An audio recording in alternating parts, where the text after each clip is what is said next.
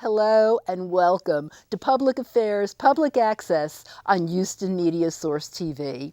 I'm Linda Cohn with the League of Women Voters. The League is a charitable trust dedicated to serving Houston by encouraging everyone to participate in the civic life of our community. And we provide reliable, nonpartisan information that will help everyone make informed choices, especially on Election Day. It's November 6, 2014, and the polls closed just about 48 hours ago. We've had a chance to catch our breath, maybe just a little, and so we're gathered round to talk about how elections unfolded in Harris County, Texas, and perhaps to cogitate a bit on how we can take this very sturdy process and make it even more graceful for next time. With us this evening from the League of Women Voters, my colleagues Rita Hicks and Darrell Douglas. Our election season viewers will remember Rita and Darrell from our series Conversations with the Candidates. Those programs were telecast from right here, right from the studios of Houston Media Source TV. And from the Communications and Voter Outreach Department of the Harris County Clerk, we are so pleased to have with us Hector DeLeon and Tanisha Hudspeth. You are most cordially invited to call us with your questions and comments. We'll take as many of your calls as we possibly can. The number is 713-807-1794. That's 713-807-1794. If you like to use Twitter, you can reach us with the hashtag LWVHouston. Hector DeLeon, let's start with you. Everyone at this table, each of us, has a long-standing love affair with democracy. And elections are the nuts and bolts of the democratic process. It's how we gather together and make decisions. Tell us a little bit about how that works in Harris County. There's a bifurcated system in place, is there not? Both the Harris County Clerk and the Harris County Tax Assessor, Collector, and Registrar, Voter Registrar, right, have a hand in the process. From the election administration standpoint, what the public needs to know is that the elections are conducted in accordance with state Texas Election Code and federal guidelines. Mm-hmm. Officers in Harris County do not make up the law. We have to work with the law that is provided to us by the state and the federal government. Obviously, in Harris County, the chief elections officer of the county is the county clerk, who is my boss, Stan Stanhart. Mm-hmm. And people always confuse voter registration with elections, and it is the fact that in Harris County, the voter registrar is Mike Sullivan, or the tax assessor collector. Yeah, give us a little bit of a historical perspective here. This was not by accident that the tax assessor collector wound up as the voter registrar. There used to be a poll tax. Right. We have a copy of an old poll tax receipt. It was $1.50. You had to pay it by January 31st. And sure, it was the tax assessor collector who collected that money, gave you your receipt, and maintained the voter rolls. So there is a history there. Under the code, if the tax assessor decided that he doesn't want that part of his job, he could give it up. And with the commissioner's court's approval, if they can go to a unified system, or they could offer it to the county clerk's office, and then the county clerk would say yes or. But that hasn't happened in Harris County. We have a very clearly defined set of boundaries. And a voter, an aspiring voter, first point of contact, you got to be registered if you're going to do anything else, is with the tax assessor collector's office. Right, and often we get inquiries about, am I registered to vote? Or I sent you my voter registration application, and so on and so forth. And we always have to forward those messages to the tax office. So you work out of the same building. Right. Are you pretty friendly, or No, do I things mean, get garbled? no, we have a county government pretty much has a cordial relationship with all offices. But what the public needs to understand that uh, it you can't. They say, well, it's the same office as Harris County. No, they're statutorily elected offices. So Right. that means the tax assessor collector is an elected official, and the county clerk's an elected official. And the purview we have is over elections and other services. Yeah. And it's the tax assessor's job to maintain the voter roll. So we don't step on their toes. And the When it tax comes to those assessor collector is questions. also the one who draws the district lines.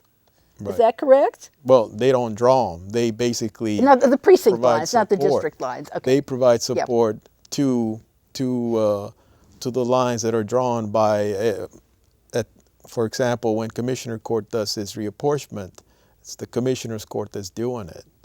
Then the tax assessor is basically providing the technical support to draw the maps. Okay. But the tax assessor doesn't determine how the precincts are going to look. They Okay. provide support, and obviously the county clerk's office provides some guidance because commissioners and everybody involved, they have to know what the text selection code provides as far as how big a precinct can be, or how small a precinct can be when it comes to the number of registered voters. Yeah, so right off the bat, we have a little complication here in Harris County. Most other large urban counties in Texas have gone to an election administrator, everything in a one-stop shop. Harris County has toyed with that idea from time to time. On the one hand, it may result in greater efficiency. On the other hand, it would result in election responsibility residing in someone who is himself or herself not elected. As you just pointed out, Well, all those things are actually in the code as far as whether a county wants to go one direction or another. It's in the code. It's not something that an elected official or, for example, the county clerk would say that's going to happen. County clerk has no power. do you like the system the way it is now, or would you like to, at just a this personal point, opinion here, or would you like to see To an be honest election with you, I don't think administrator? about it. All I think about is what my job is and carrying out our job, the mission of the county clerk office as it stands. So You'll deal with what you got. I just do the work that I'm asked to do. Darrell Douglas from the League of Women Voters, you've been out in the field more than a few times. Yes. This is confusing to voters. Not really. I mean, folks pretty much know where to, register to vote. I've worked with different other organizations in the field, Texas Organizing Project and Working America, actually working on, elections. And that's one of the part, getting your members registered to vote. Let me ask you, Tanisha, you are also out in the community a great deal. Sure. Do people get confused? I think there are, some level of confusion, but it's easy to clear up. And what I'll say, you asked a question about relationships between the county offices. One great implementation between the new tax assessor and county clerk is when they're doing their volunteer deputy trainings for those that decide to become volunteer deputies and go out and register voters or offer that assistance. They've allowed our office to come in and talk about elections. So those volunteer deputies know the difference between the piece of registration and then after registering, getting voters registered or volunteer deputies doing that duty, that they know where to find elections information. And basically that comes from our office where we provide all the materials and assistance, but not only that, take questions from the group in that room so that they understand, okay, once you get people registered to vote, what's the second piece? Educating them. Where our office is part of that education process, we provide sample ballots, early voting schedules, and we answer questions about those fundamental things that voters need to know or be aware of each election cycle as we approach those important dates. Tell us about being a deputy volunteer voter registrar. I know it's not within your particular county department, but tell us a little bit about that.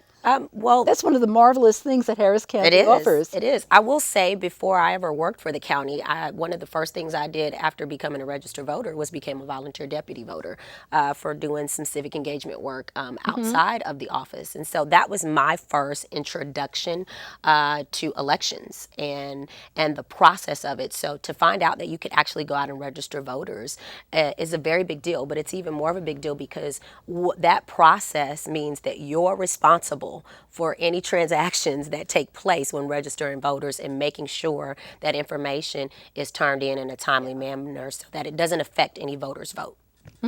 Rita, are you from Texas? Or I am born and raised in Odessa, Texas. okay, now I don't know what happens during election day in Odessa, but when you came to Harris County, were you surprised by what you found? A little, because I had to learn the sort of division of labor between registration and the actual election process. But I will say that the information I found to be pretty readily available. Of course, this was 2005, so it was a couple of website versions ago, but still I thought it was pretty simple. What I appreciated, because I came here from law school, having had to become a resident of California, I had to come back and repatriate. And what I appreciated was the ability to re-register to vote here while I got my driver's license squared away at the DMV, because that's kind of a painful process to begin with. And so if you have that sort of little carrot of, oh, you can also register to vote at the same time, that's very helpful. And this year, my husband, for the first time ever, got his Texas driver's license and officially registered to vote in Harris County. And he was pleased to be able to do those things together as well. Hold that thought for a second, because the next thing I want to talk about is voter participation. And Harris County has over 2 million registered voters. And how many came out to vote on Election Day 2014, Hector?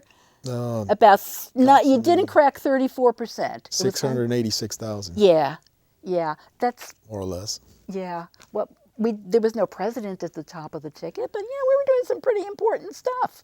We had a governor, we had a United States senator, we had a congressional delegation, Well, state house. historically, in midterm elections in 2002, we had 646,000 voters. 2006. Well, 2006 we had 601,000, and then 2010, 798,000, and this was 686,000. So it's when you look at the turnout, it's not surprising. It's within what was expected. When people would ask me, "What do you expect?"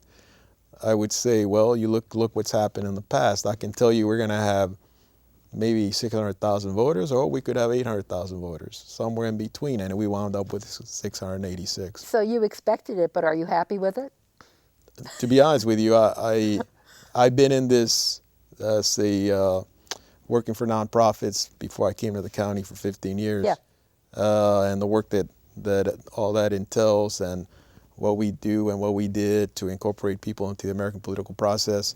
And it's not necessarily something that you would say you think in terms of being happy or unhappy. You just do the work, and you hope that if you help somebody, provided them the information to vote, maybe for the first time, well, you accomplish something, because what else can you do? I mean, you can just do the work and try as best as you can, and that's it. It's not gonna. It's when you liken it to sports, do you get happy or unhappy? When Love You Blue, Houston Oilers, they won or lost when I was a teenager. Well, it impacted the way I felt, but as an adult, you learn to cope with things. Things are not going to make me happy or unhappy. You just do the best you can. You do the best you can in life. Well, fair enough, but when you're with the League of Women Voters, you kind of despair a little bit, because we bang the drum for civic engagement, truly believing that this is a proven path to a better life for everyone, that participation, that having an aware and active and involved citizenry, as evidenced by participation at the ballot box, the most basic form of civic engagement, is a good thing. Well, Is a good thing. I can tell you that the Greeks used to say the greatest thing you can do in your life is contribute to the building of a good and just city. The simplest thing you can do to do that is, aside from any, including family life and professional life, Yeah. is just to go and vote and contribute in that manner. However, John Stuart Mill described the evolvement of the English philosopher, Yeah. described the evolvement of democracy. And the evolvement of democracy, development of democracy includes the good and the bad, which is people have a choice of whether they participate or don't participate. So in the part of not participating, that is an example of the beauty it's a of choice. democracy. It's true. So here's the Some people may see it as the glass half empty. I choose to see it as the glass half full. Here's a philosophical question for you then. Should we accept non-voters, not voting is a perfectly legitimate choice? We live in America. Exactly. Yeah, that's right. Okay, all right. Now, from time to time, there are some places where you have to vote, where you get fined if you don't. And Australia, for example, a thriving democracy, you vote or you get fined for that. You don't want to go in that direction in the United States? I don't think it's wouldn't tolerate all it, based but- on history and what I read of You wouldn't tolerate it. It's But you didn't I don't even think like it. I don't think Americans would tolerate it. Why Okay, would you well, how about this? penalize somebody for For not being voting. free? For not voting. A couple of years ago in San Francisco, Los Angeles, something like 10% of registered voters came out to participate in a municipal election. And in response to that, the City Council of Los Angeles started to tinker with the idea of offering cash incentives for people to come vote. When you go vote, for example, your name will be entered into a lottery and you can win a cash prize. Oh, such a California thing to do. I think. No. Are we on the wrong track here? Let me. Hector opened up our philosophy hour for today. Let's run with that. Okay. Our mantra, as you know, is be informed, Right. be a participant. I sort of look at it like I look at Miss Floyd, who was my Algebra 2 teacher in high school. If the highest grade on the test was a 68, then maybe the problem's not the students, maybe it's the teachers. And that's sort of what I think has happened over time, of course, over the past 50 years or so with voting. When you really look at it, why do each of us go to the grocery store to buy orange juice? When we want orange juice. Right. So no matter how many coupons you get in the newspaper, no matter how many mailers you get, no matter how many Tropicana commercials you see on TV, you're not going to be urged to just go like, oh, I got to go get it. It's when you connect. I like orange juice, so I'm going to get it. And I think organizations like the League of Women Voters that puts this thing out every year. Our voters' guide. Your voter's guide, and the other nonprofit organizations that are actually connecting the dots for people, that's what it's going to take in order to get people to vote. But then you agree that getting more people to vote is a civic good. Yes. And Hector just said, Rita? So I completely agree, and I will say that low voter turnout is a huge issue in my military families community because they're people who are very mobile. They may or may not vote where they live right now, and so they feel disconnected from the electeds around them and also the electeds that serve whatever their home district actually is. But what you've seen is this momentum over the past few years where, if you're unhappy with what's happening in Washington, and Washington governs basically everything having to do with being military, you have to change the conversation. And there are two ways to do it. One is letting your representatives know you're unhappy and why. And the other is, if they are not serving you, put people in office who will. And how do you do that? By voting. And so there's been sort of a focusing of energy around that idea that if you don't like the status quo, you have two options, deal with it or fix it. And we prefer the fix it category. Tanisha, you've done a lot of work in the community in addition to your role at the Harris County Clerk's Office. Is large participation numbers a sign of a healthy, thriving democracy, or does it really not matter? I would say it definitely matters. When we talk about connecting the dots, I think of what voting basically was a standard in my household. When I grew up, age of enough to vote, it was a requirement in my household. It was something that, and I'm lucky that my single parent mother talked about. She said, "This is Did she how." take you to the She polls? took me to the polls All with her right. until I was able to vote. And I'll say this as well. I grew up in Austin, Texas, Travis County. When you walked across the stage to get your diploma, they had a voter registration card inside the folder for you to register to vote as soon as you became a graduate. So you have these different avenues, but where are the dots being connected? For me, the first place was in home.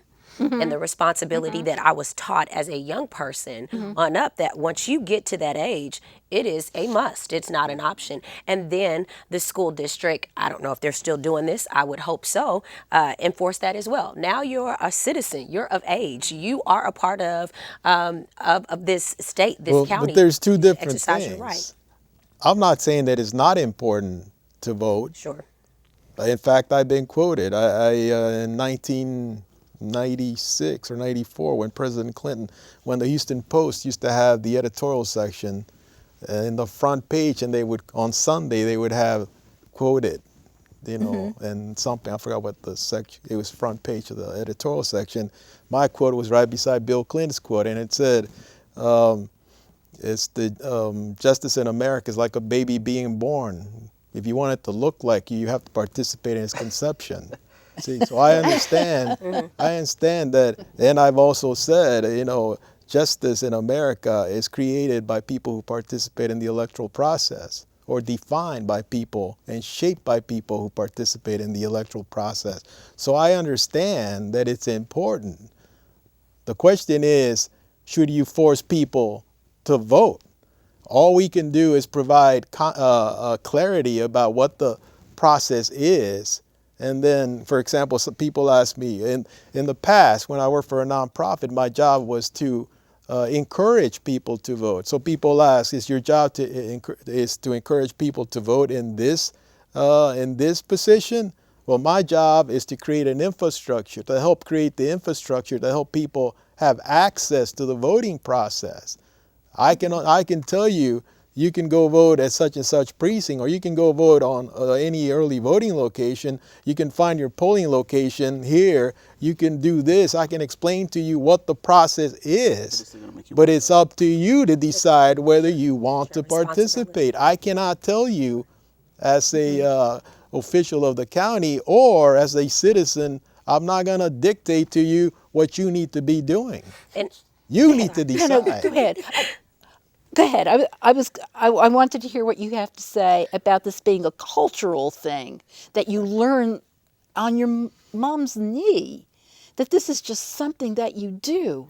it's something that you do. And as I grew older, I understood that for different demographics culturally, it depends on what you decide at the end of the day, and what is important to you. Because I have worn the advocacy hat where I've knocked on doors to encourage voters. Now, again, I don't do that in my role in the county But you're clerk's not office. encouraging a particular No, candidate. I'm not.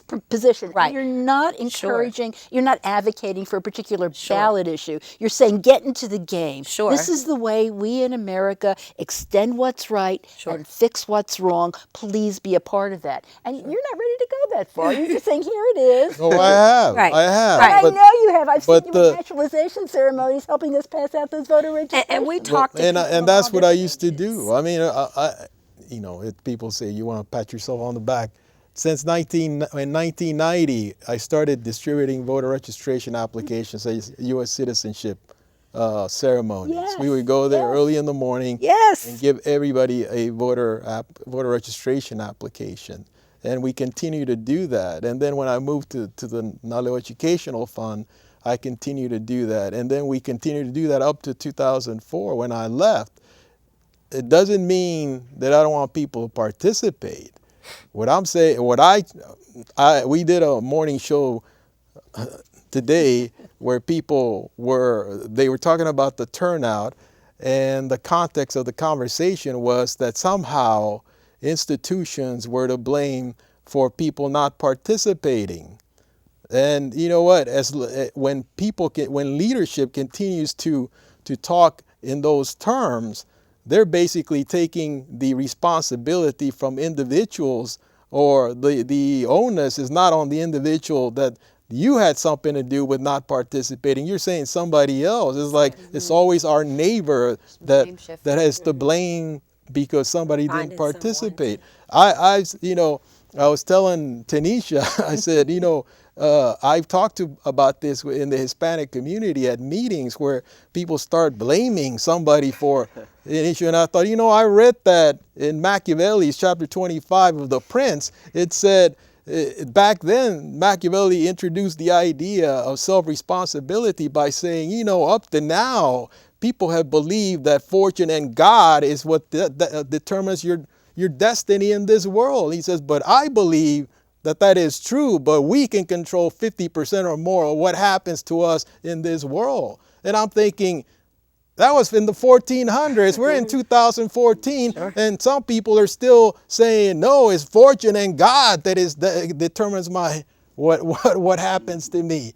If we need to encourage people to participate, and share information and do all we can. But we cannot continue, if you actually want people to participate, you cannot continue to blame institutions or say the problem is in the stars. No, it's not in the stars. It's within ourselves. Individual responsibility. Right. That was what America was built on. Individual responsibility. That is the difference between the Latin American countries and the countries or colonies or the areas that were colonized by the English. It was all based on work ethic and self-responsibility, individual responsibility. Is there a point at where you once told me if you want to have high participation numbers, have something that people care about on the ballot, a candidate, an issue. And I was thinking about that several months ago when folks in Scotland voted on independence from the UK. About 85% Yeah. turned up at the polling place. Well, what I have said is that, let me give you an example. When you look at the profile of the voter roll in Harris County, 56% of the people who are registered to vote were born after 1965. What they call Generation X and Millennials. And when you look at the turnout for early voting in this election, 67% were born before 1965. That means they were 50 years or older. 67% of the people who voted during the early voting period in person were 50 years or older. And in fact, in 2010, 21% of the people who are 65 years or older constituted the total number of voters, early voters. In 2014, 65-year or older voters constituted 25% of the early voters. So the point is that when you look at the voter roll and voting, when you say, well, if 56% of the voter roll is Generation X and Millennials, and you have people talking about voter suppression and voter disenfranchisement and continually pressing those issues, you're talking to over half of the people that were 10 years old in 1975. They were 20 years old in 1985. They came of age and into the workforce when Bill Clinton was elected president. You ever wonder these polls and people say, I wonder why Bill Clinton is so popular? It's because these people came of age when Bill Clinton was president. But the people who are creating messages to try to reach out to these people are all people that were raised on the mindset of the 1960s. So there's a generational disconnect. The same message is still reflecting this time frame. When we talk about what compels people to go vote, well, it's always candidates and messages. And at this point, the results are that 67% of the people who voted were 50 years old or older. Exactly. When the voter roll is composed by people who are less than 56% of the vote is composed by 50 that are 50 years or younger. Yes. So there's something there that is amiss. And anyway, When will it flip? When will things become in better sync? Eventually, the older people are going to die out. You think that this is going to be always with us? That the people who are delivering the message are always going to be one generation removed from the people who are going to the polls? you know what? That's a good question, because I think Friedrich Nietzsche has talked about that it takes years. It takes years. It takes years to actually, Is there always going to be tells us- that lag? he tells a story, I've come too soon. Those ears are not ready for my message. And that's probably the way it is in voting. Now you realize I totally disagree. I mean, you're dispassionate model. I do disagree with you. I think that I don't see that lag quite there.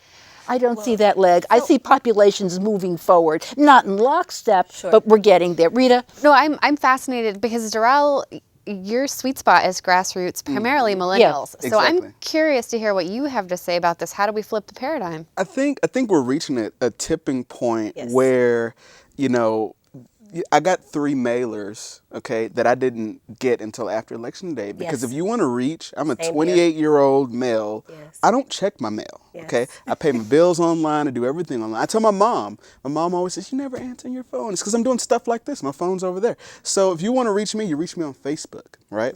So if the tactics you're using are mail and phone, then who are you going to reach? You've missed me, you know. Yeah. I think we've got to reach people where they are, and I think we're getting to it. We're approaching that point, the tipping point, as they call it. And we're approaching more young people deciding to run for office. Yes. School board, I would say school board, county level. I know personal friends that I've gone to school with who are running for office. And so now, whether it's arrived to the numbers that it should, I think we do have a demographic of late 20s, 30-somethings that are stepping into their own, and they're brave enough to say, okay, I have something to say, and I feel like I have something to contribute. I'm going to run for office. The county clerk's office does use social media. Let's get that straight right away. You have a great website. You use social media. We retweet each other all the time. Wait a minute. Wait a minute. Here's a prime example of what we're talking about here, though. I was just mentioning to Darrell before we went on the air, is I have a very good friend I grew up with. He's 33. He ran for Texas rep in West Texas.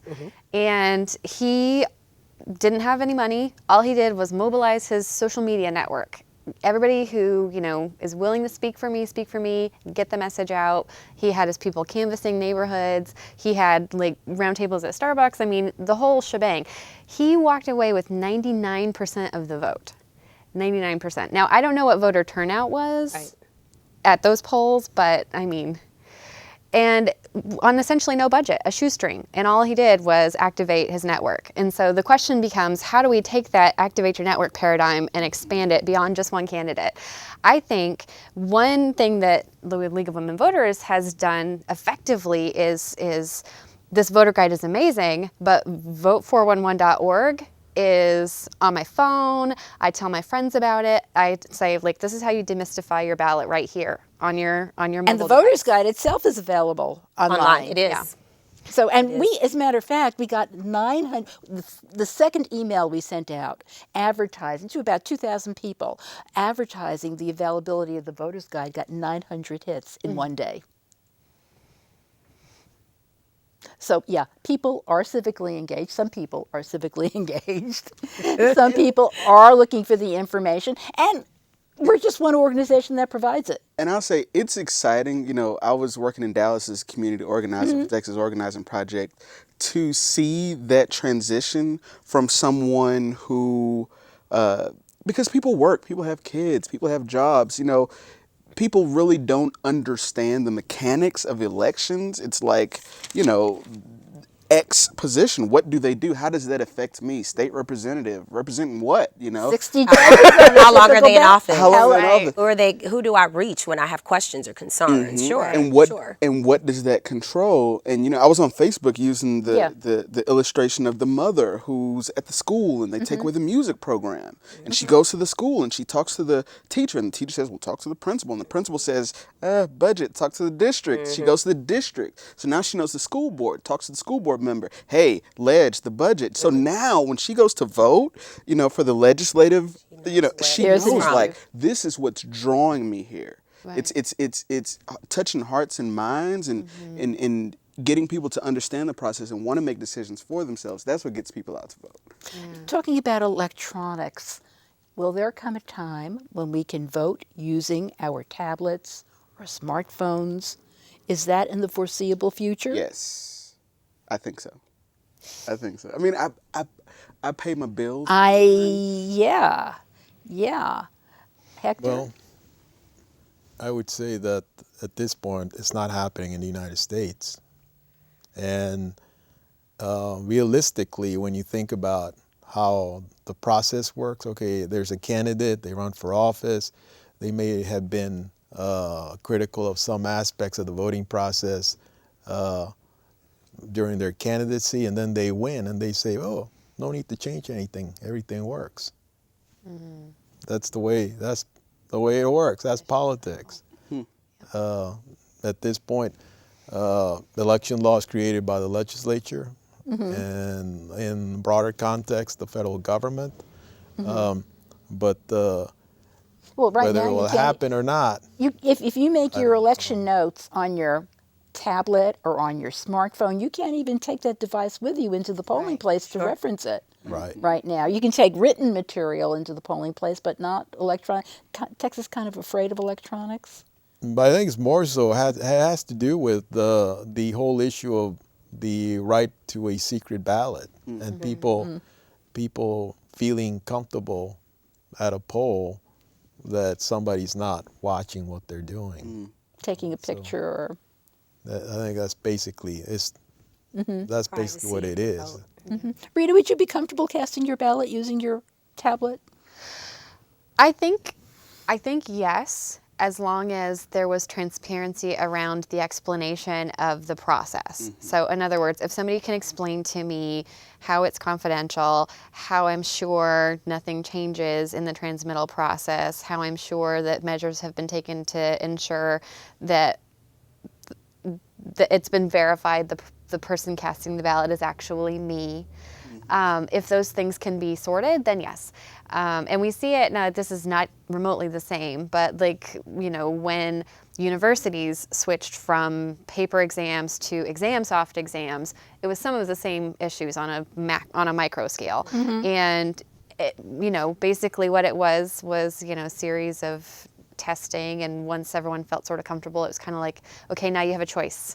You can take the risk on your tablet, on your computer, or you can have the paper, and then slowly but surely it sort of, I appreciate Drell's enthusiasm, but being an attorney by profession, I also understand the sensitivities, the potential liability associated with a mess up. I mean, just think about the outrage right now when polling machines don't work the way they're supposed to, when voting machines don't work the way they're supposed to.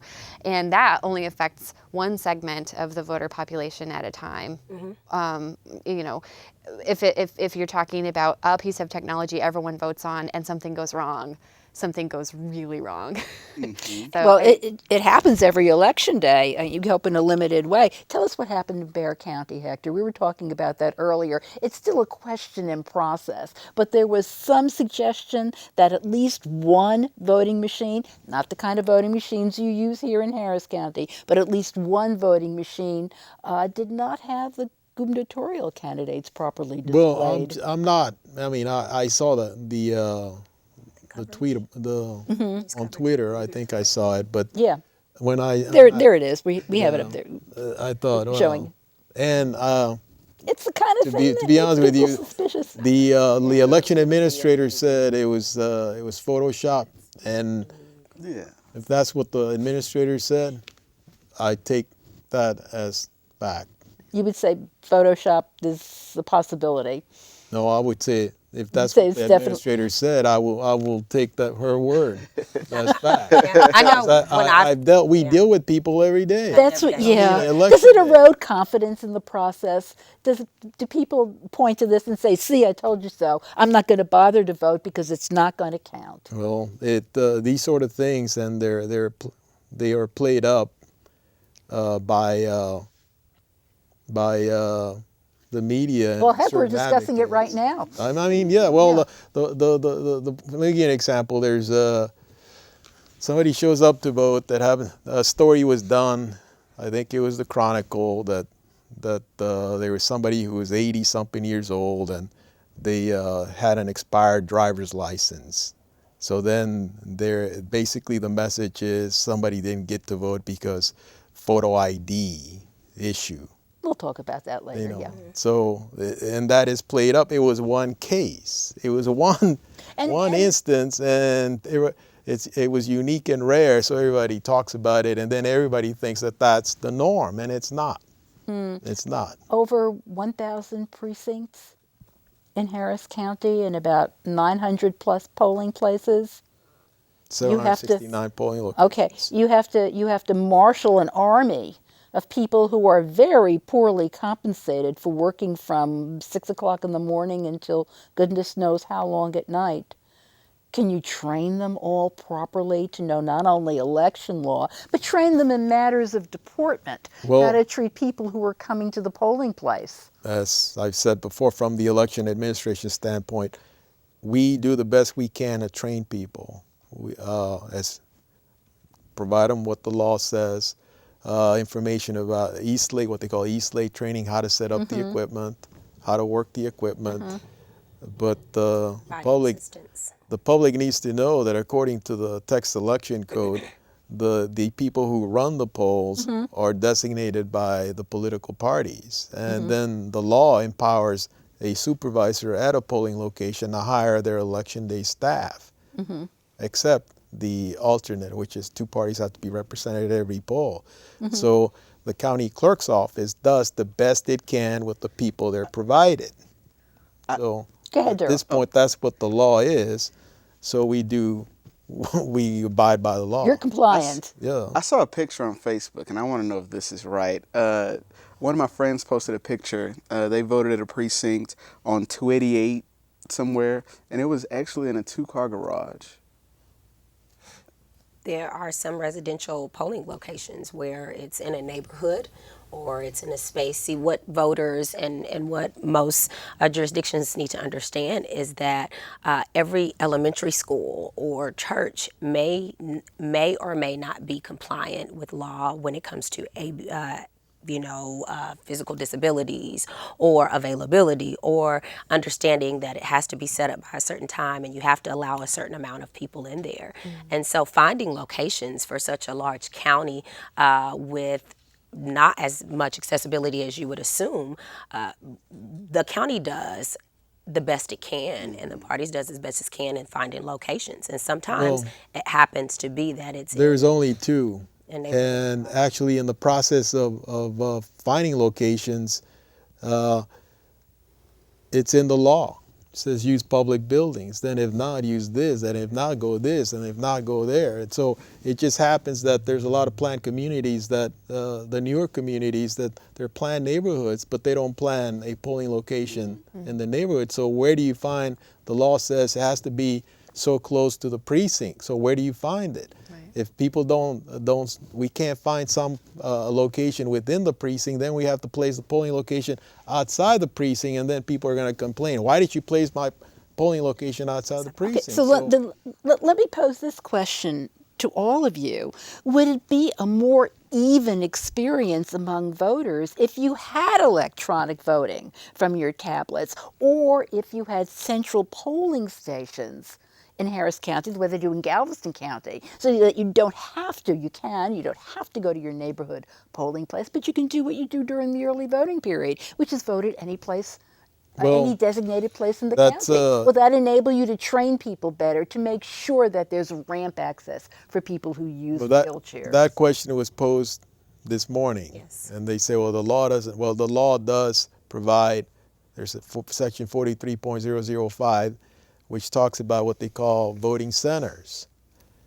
And it says that can be implemented if the governing authority of the county decides that that's where we want to go. So if anybody asks me, why don't you do this? I would say it's not within, the county clerk can't willy-nilly change the voting process. It has to, we have to abide what the governing authority of the county, who provides the budget for elections, determines what we need, how we need to be conducting the election. Yeah. See, Rita, so- you think it would help? You think it would help to have centralized?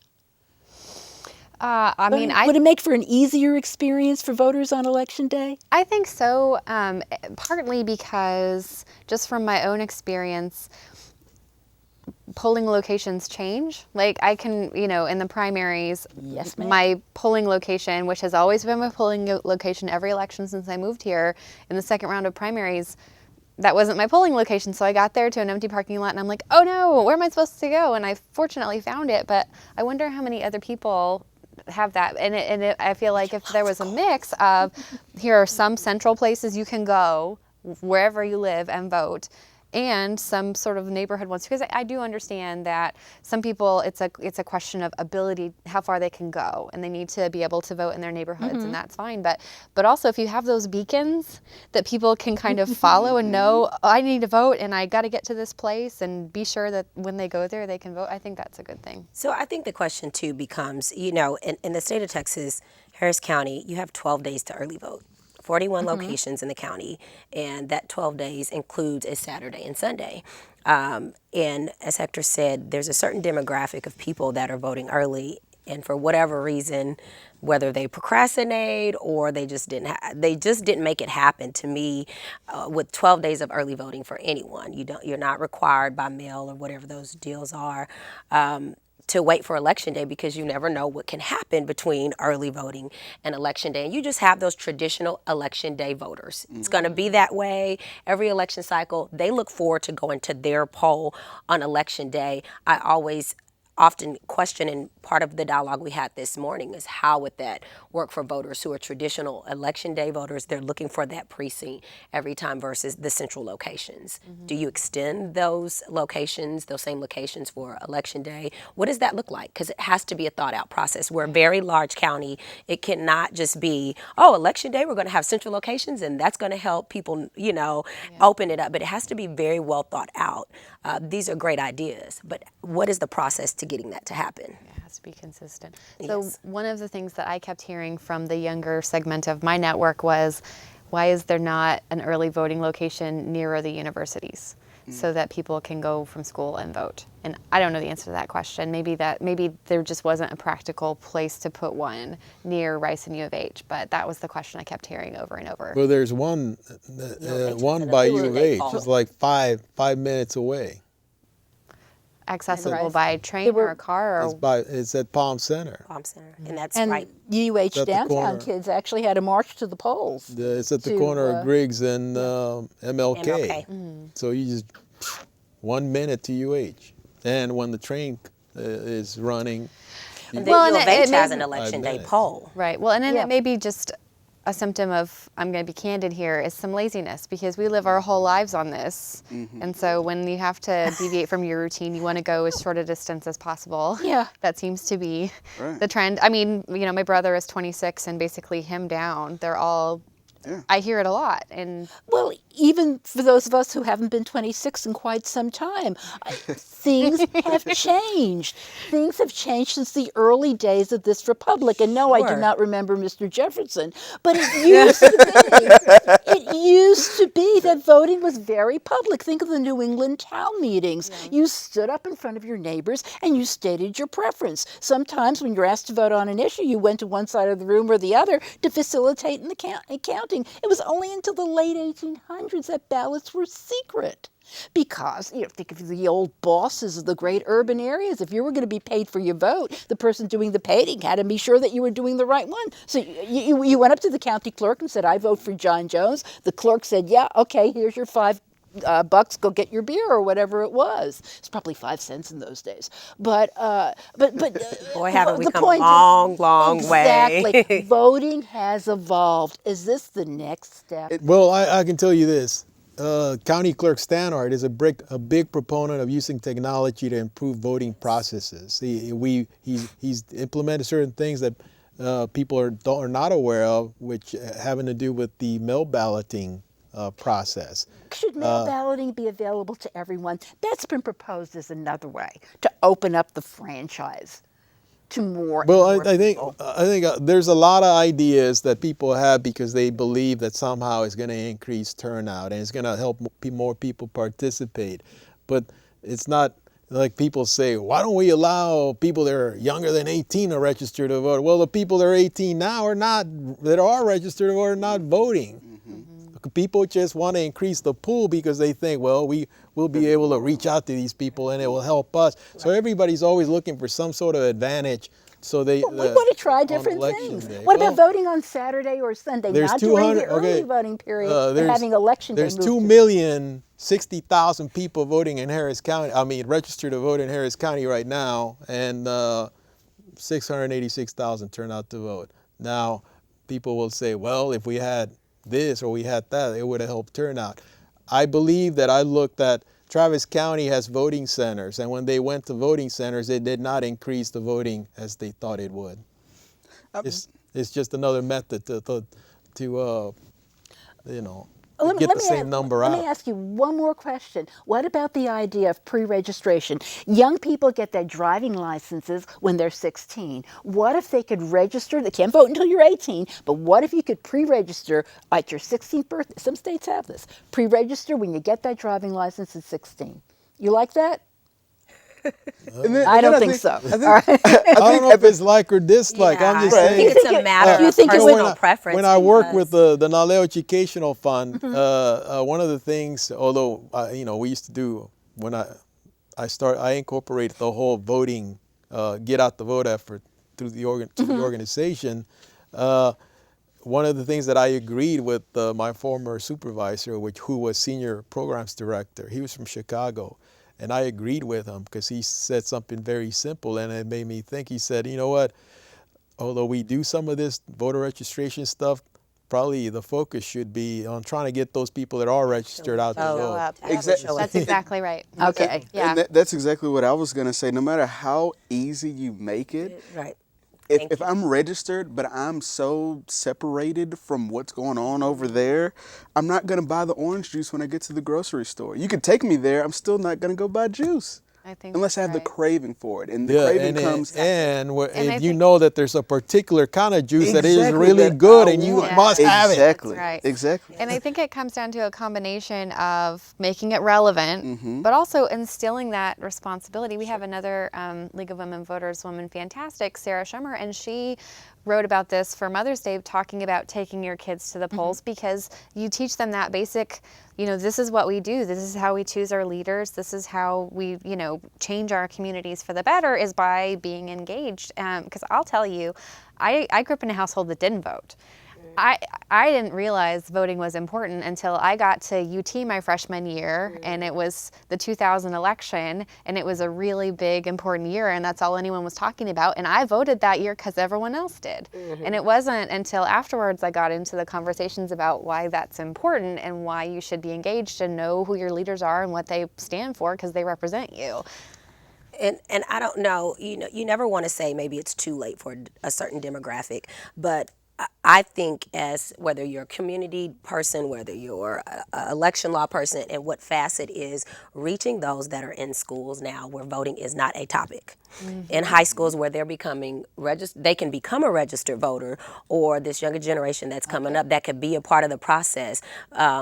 And are not necessarily aware of those things. They see what the media reflects about elections, right? But maybe it being a fundamental program going on in our school districts that a legislature can pass or something like that, where they're learning about the process. Now, by Texas state law, they can work the polls if they're 16 years of age, and they're paid for that. A lot of people don't know that, and we have a wide pool of student clerks that are working. They like the process, they enjoy learning, and it allows those that are aging out of the process to hand the reins over, and maybe that's where we start. Maybe we start in our schools with our younger people and passing it on. I don't want to say it's too late for the millennials or these different areas. I have hope. But these Engage in a lifetime virtue. these are people that Catch them at the very beginning that are of going to their vote or not vote, are going to get involved or not get involved. And I would say it even goes beyond voting. You know, me and some of my friends were talking about this on election night on Facebook. There was a huge chain going, but we're like, who says that voting is the end of civic engagement? There are 18-year-olds that need to run. Sure. And part of the conversation, one of my friends, I won't mention them, they're probably watching right now, but he said, well, with what support and with what money? That's not what democracy is about. If you believe and you have an idea and this is why I want to run, you run with a nickel. Yeah. You run with your system. And I think that over time, that's what it's going to take to really make this thing open up. We're at 33%, voter turnout. That's because we have so much money involved and we have so much convoluted messaging that's going to where it flies over people's heads. I think that that's a really important message. When you're encouraging people to run who should be running, is that you don't have to win to make a difference. Right. And we're working hard on trying to get more people who are military affiliated to run for offices to augment that voice. But even just locally, when you listen to Mayor Parker tell her story, she lost the first 3 elections that she ran in before she finally was elected to her first elected position.